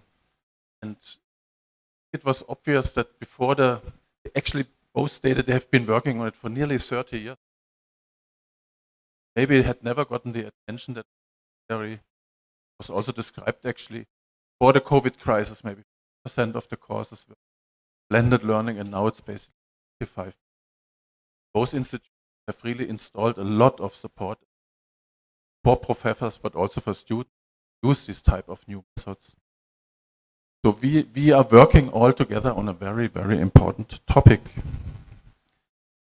Then we had also one concrete example. It was about how can we develop 21st century skills for students, teachers. How can we help teachers to teach about 21st century skills? And we had one example. It was how can we develop digital skills in children going to the kindergarten or the very early school. So we saw examples which even surprised me when they were presented here. And I mean, I was holding in my hand a small dice, and then it was returning, and then a brain was returning. I was having a t-shirt, and suddenly everyone could see my heart and my lungs. A little bit scary for me. But you see, it's very simple tools, and we can share that type of knowledge. Teaching teachers is, of course, one of the skills that we need, the most important tasks that we have. And of course, how can we help them to develop 21st century in students? We also learned that if we are not careful, our universities will stand still for several weeks because we were subject to a cyber attack. And especially we learned that mal software and attacks which basically take over our infrastructure and our servers is of course done for the purpose of getting money from us in order to reverse the effect, or of course to get our usernames and social ID. We were actually, it is a very difficult problem, but we were given actually two very simple things. For example, that we could already implement today. One is two-factor authentication. Your password is not enough more. You need your mobile phone actually to log in. And the second thing is I often get emails from our IT services and I never trust them because I never know from where they are. They are often not from our domain, but then I actually call them up and try to find out, is this really from you? All that is gone if we would have authentication and proof of who actually sent the email. And these are simple tools which are available, which we should already use. So we can actually increase our security and actually secure. I mean, what happens if this university is down for 2 weeks? What happens to the students, to your salaries? It's really, we are at a high risk. So I hope that presentation made it clear we should immediately look at some very simple things, actually, secure our infrastructure.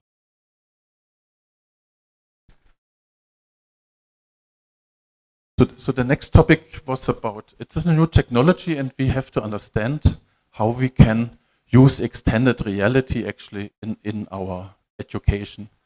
We also heard that museums are actually interested in having virtual museums. So those who cannot travel to a certain city can actually go to a museum and visiting it remotely. Or we have virtual eyeglasses and we can use them to get more information. I would love to have applications like that because I often forget the names of people and it would be nice if my glasses says, this is Dr. Frank. And you have met him actually at the conference about TELS in Rwanda 2022. So that would be very, very helpful for me because I'm getting old and I'm forgetting names. But still we need to figure out how to use virtual reality, for example, for education. Can we make virtual labs where students can do chemical experiments without any danger? They can make experiments about physics with very complicated type of apparaturas. So it's really interesting to know how we can use that technology for the future. But we need, of course, also the creators of technology. So it's not too difficult, but you need, of course, to have talented students and experts who build these kinds of virtual learning experiences. As a university, we are often privileged as having a lot of freedom of the things that we are doing. So we invited actually a presentation which shows that our universities also can take responsibility to preserve the culture, the heritage of a country. So we had a presentation in which it was actually shown that, for example, some of the media and some of the cultural objects like music will be lost very soon. And actually we as universities could also contribute in the future to have an attention to what can we contribute to society, for example, by supporting activities that preserve the heritage of a country. In this context, for us as lecturers and students, it's often difficult to know, am I allowed to copy something from someone else? And in which grade it is actually allowed? I mean, we copy pages, maybe copy graphics and into our presentations. And of course, we know we need to give respect to the one who created it. How far can we go? So we had actually 2 presentations this time on copyright, just to look deeper into the topic, what is possible and what not. And I learned a lot. I saw that we as universities have much more freedom actually to use external materials than I ever thought. And Rwanda has actually a complete framework and is also installing the necessary services to enforce copyright. So the goal behind it is, of course, us who invent new objects or new type of insights, databases, for example, industrial design or any other type of text. Our livelihood may depend on it actually that our intellectual property right is protected. So there is somehow a limit to what we can copy from others because we would destroy. So I think it was 2 very important presentations which showed that also we as university students and teachers must be aware of that copyright is important and that we must be clear about what we allow and not allow.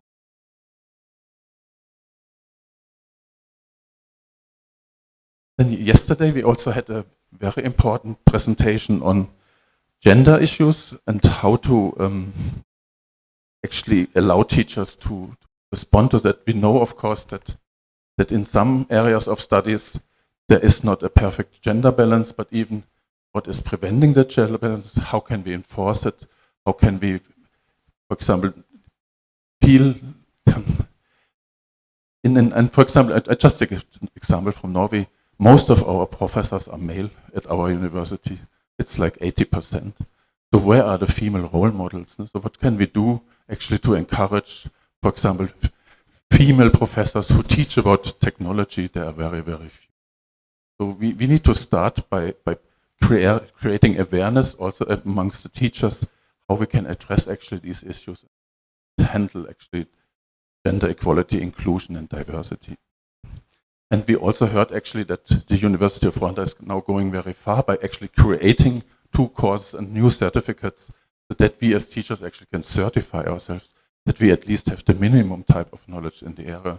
So that is also very important to prove that we are actually doing something in the area. And today this is when we have a conference like this, we invite a lot of experts. So how can we make that into something also productive for the students? So that's why we, for example, today we had a test lecture by Martin, who just finished, and created a lot of discussion about actually scientific research methods. We will always use these type of opportunities to also give student courses, because if we are already traveling to other countries, we should use the opportunity actually also to give master and PhD courses. And we love the interaction with you and the students. And this also the type of questions you get in such a presentations, they make your course better. And sometimes it's very difficult to ask questions because you don't know, is it a good question or is it a stupid question? But for a professor, there are no stupid questions, because each question actually, someone has thought a lot about it and actually tried to help us to reflect on what we are actually presenting here. So we need these questions, otherwise we will not be better professors. So that was a little bit in short what we actually heard, and there were quite a lot of topics. And I hope they created actually the awareness of the effort that we make in this project to offer lifelong education with very high quality. And this is not a trivial topic, but you all know the United Nations Sustainable Development Goals, and actually we work actually actively together here today on 4 of them. Number 4 is high quality education, affordable for all. Number 1 is no poverty, so education is a possibility to move up and have a secure life in the future. And this means also number 10 is reduced inequalities, so you reduce poverty, you actually give everyone a good start in life and actually having a good life. And number 17 is what we are doing here together in the project, is actually partnerships for the goals. So we actually need to team up, otherwise we will not be able to tackle these really, really difficult problems.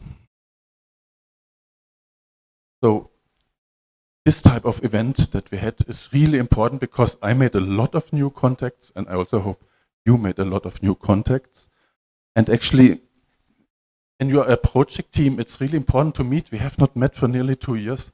You need this type of personal events in order to strengthen the team again. It is not so easy over video conference. And so physical events like this are really, really essential. So then I'm nearly at the end. So I want to thank actually the principal and also Professor Matthias and the whole team at the University of Rwanda that you made this event possible. Many did a lot of work which we could not see here today, but have probably worked a very long time to prepare this. All the logistics going to the event take a lot of time. So I again want to thank you, and I'm very thankful that we can be here and that you actually took the challenge to host the event. Then, of course, we had also speakers from universities, from all the partner universities, but also we had actually external speakers who put down quite a lot of work to actually brief us on the things that they find out. So I also want to thank them and all the speakers for all the time they took to make this event possible. And then, of course, maybe a special thank you also to our colleagues who traveled from Makerere University, Professor Paul and Professor Godfrey, who are committed actually to make health a success. And then maybe my last thing, without anyone coming to a conference, that would be a very strange situation. So we are very, very happy that so many attended, took the time to come here. I mean, you have a lot of work to do, probably reports, projects, lessons, but still you came here to attend this event and being involved in the TELS project. So we are very, very thankful for everyone who actually attended this event.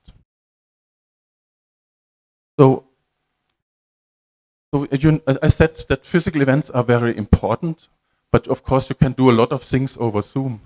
But there are actually some things which are not possible over Zoom or video conferences. Number one is, of course, you cannot eat delicious food over Zoom and enjoy it very much. And also one or two mutzig maybe beer. Then there's a second thing which you cannot do over Zoom. What could that be? Eating. So I have been on a lot of conferences, and after the eating, there is this really wonderful music and everyone stands up and dances. I have not danced at conferences, I can only tell you. This happened twice here already, and I want to have more conferences where I can dance afterwards. This I cannot do over Zoom. Hope we can dance more in our future TELS conferences. Maybe that's an important thing to have. So, and that brings me actually to the next conference. The next one we said should be in Norway, so you're really invited. It will be in August next year. Stay in touch with Professor Matthias. He might know how to get to Norway. You're looking a little bit frightened now, Matthias, because there will be probably a lot of requests coming in travel with us to Norway. So I hope. So this will be an important event, and I will make sure that we will dance after the conference. Obviously, not. So I have learned something here too. Future skill is dancing, but I'm still working on it. I'm not sure I look so proficient as you are, but I will work on it. So with that said, thank you very much, everyone. It was a great conference. I just wish it would never be over, but we have to fly back. Thanks again.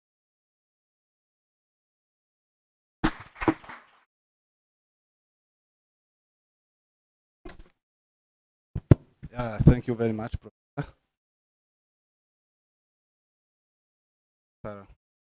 Interesting. The porteur, the whole conference. Guys,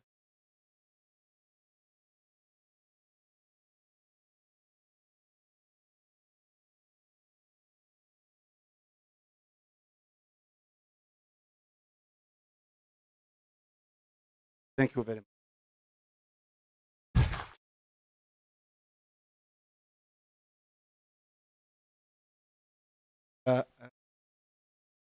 We have been here since you joined, followed that, have a word of or criticism.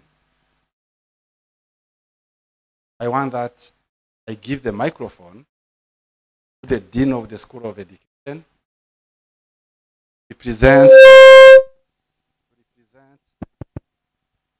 all of you, and after we are going to tell you the next.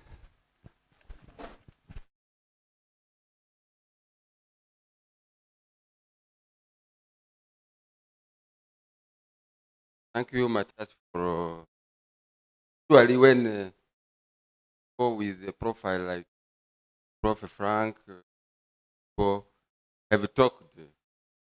One should do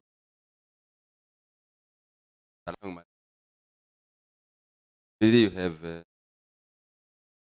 thank to you, but you cannot our gratefulness actually appreciation cannot be over. So thank you again. Thank you for your input, for your education, for your generosity. You know, yesterday you to first you came to Rukara. So we appreciate it a lot. Sometimes scientific it had the component of socialized a lot. So we went around yesterday evening. Really we yesterday we enjoyed the evening. had a good evening. When we came to the level of electing the man of the evening, the man of the day. I don't know if you know, you know, the man of the day was. Yes, maybe you can even guess. Really a very dynamic gentleman. Really, we enjoyed it, but that opportunity was added to conviviality.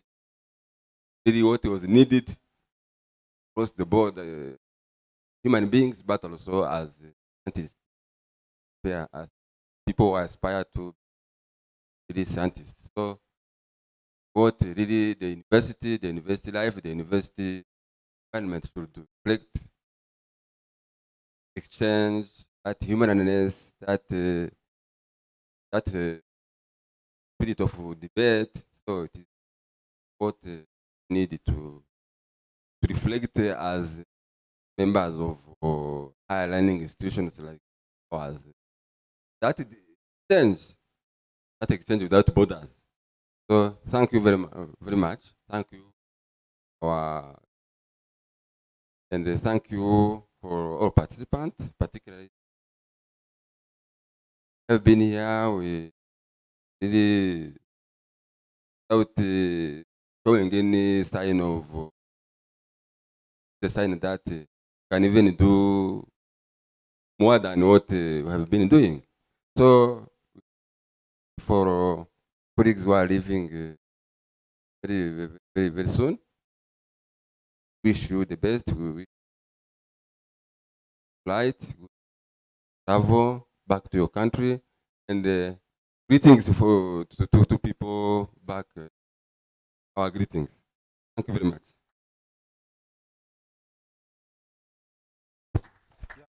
Thank you.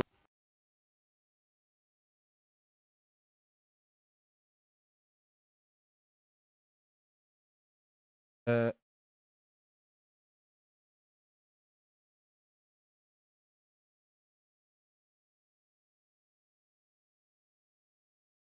no, thinking about this conference time, I think that the project started in January. Have looked how to meet physically.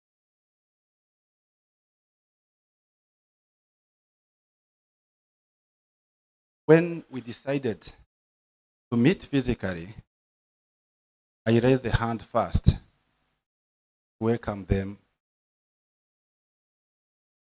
I thank God. I thank God because it has been a success. I was fearing that it will be postponed. I've seen even COVID has been, program has been postponed how many times? Twice. So for this, it is succeeded. So God, thank you. You know, to organize an event, I cannot say small or big. People are getting stressed. We were thinking how if people will come when we are writing the invitation, when we are writing the concept note, but because of the leadership of the college, the university, this has been a reality. So I thank very much senior management of and the senior management of the college. They did everything. Principal has gone, but they are still with campus administrator. They have done a lot. Their support has been very important for us that we can reach good moment. I would like also to thank the team that came from abroad. I mean our partners, team from the University of Agda, the team from Makerere University, and our friends who didn't manage to come physically. They are from Lima University. And I would like also to thank, there is a team that not belong to the community of university. They are our partner. We have people who are coming from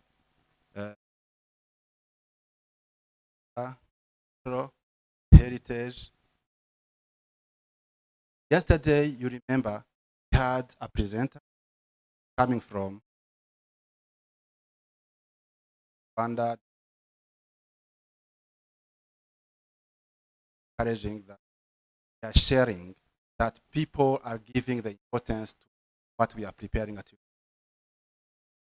You know, whatever we do at the University of Rwanda, preparing the future of, we are working, considering the needs. Right now, we have to call other stakeholders, share our ideas, that we can learn from them, tell us what they need. Yeah, I thank again my colleagues from University of Rwanda,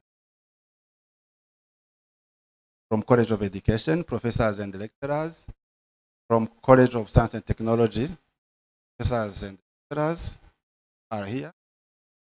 And I would also like to thank the students.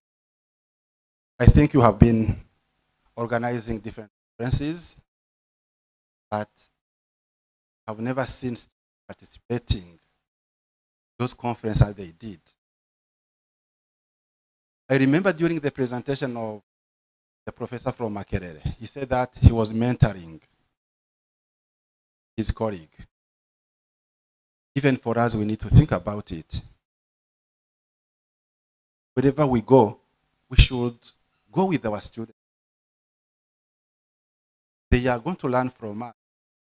If we don't take them with us, how now they are going to know? So I appreciated their participation. Of course, those from Rukara, I told them that today, because they are preparing their test, they should now not come. But they are eager to come. They are eager to learn.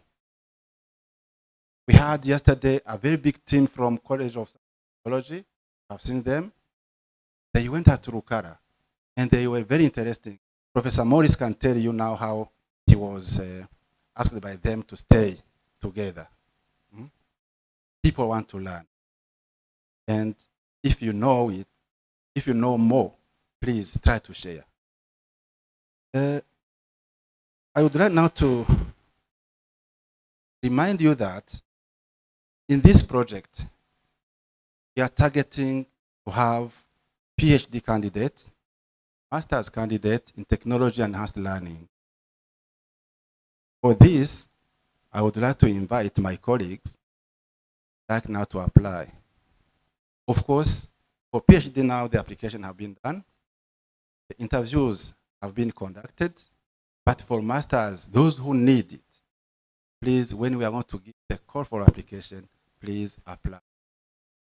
And for the students, we have mobility of students. Recently, we had students who left the University of Rwanda. They spent 6 months. And we have also the virtual mobility. So for this, I would like to call upon the student. If there is a call, please come. Apply, because when you go there, you are going to learn things. You are going to learn, going to meet other professors who are different. You are going to learn other culture.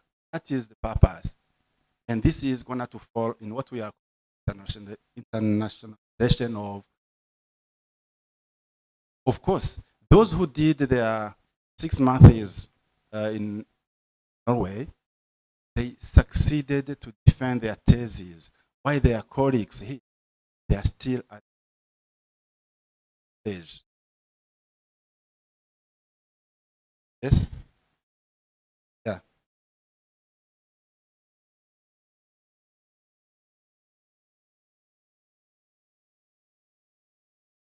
Sorry to interrupt, Matthias, but I want to tell the students especially that the time is of essence, because right now we are getting names of take 2 courses online. One course which I teach is instruction design, starting in August. If you want, your name to Frederick not later than today, because we are finalizing the list. The next course is taught by Martin. It's research methods. So if you're interested in taking the course, please send your name to Frederick or Matthias, not later than today, because we are really concluding. Yeah, thank you very much. That is a clarification. For lecturers, my colleague lecturers, we are also going to have, today we are, as from